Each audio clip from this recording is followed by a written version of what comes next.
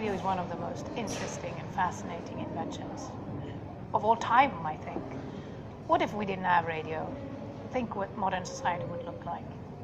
We have it in radar, in air traffic control, in remote sensing, in radio astronomy, you name it. There are so many services. And I think that the crystal receiver is a very good example of one of the most important services, one of the most important applications of radio, namely broadcasting.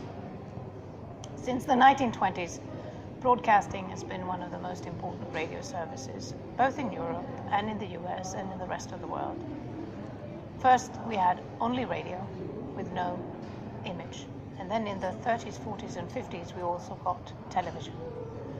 And the place of this communication technology in the public sphere is very important for entertaining, information, and for education.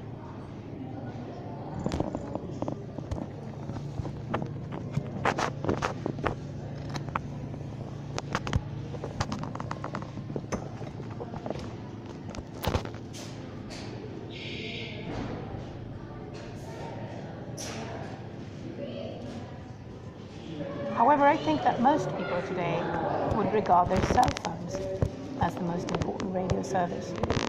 And maybe we don't think about the fact that we carry around a receiver and a transmitter in our pockets every day.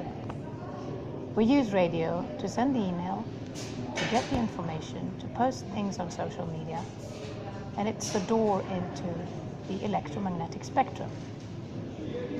Because you don't just need a cell phone and a telecom operator. You also actually need the infrastructure of radio communication. I think it's a very important and interesting challenge for the future information society to think about how to use the radio waves, the frequencies, in the best way to serve people all over the world.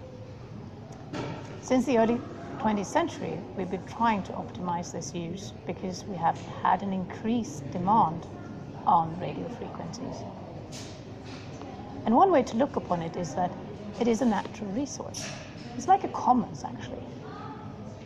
So when I use it, it affects somebody else's use, and it's very easy to use it. Those are characteristics for commons. So one of the challenges is to actually see to it that we have organizational principles for using this natural resource that ensures a just balance and a just access for everyone in the information society that we'd like to have.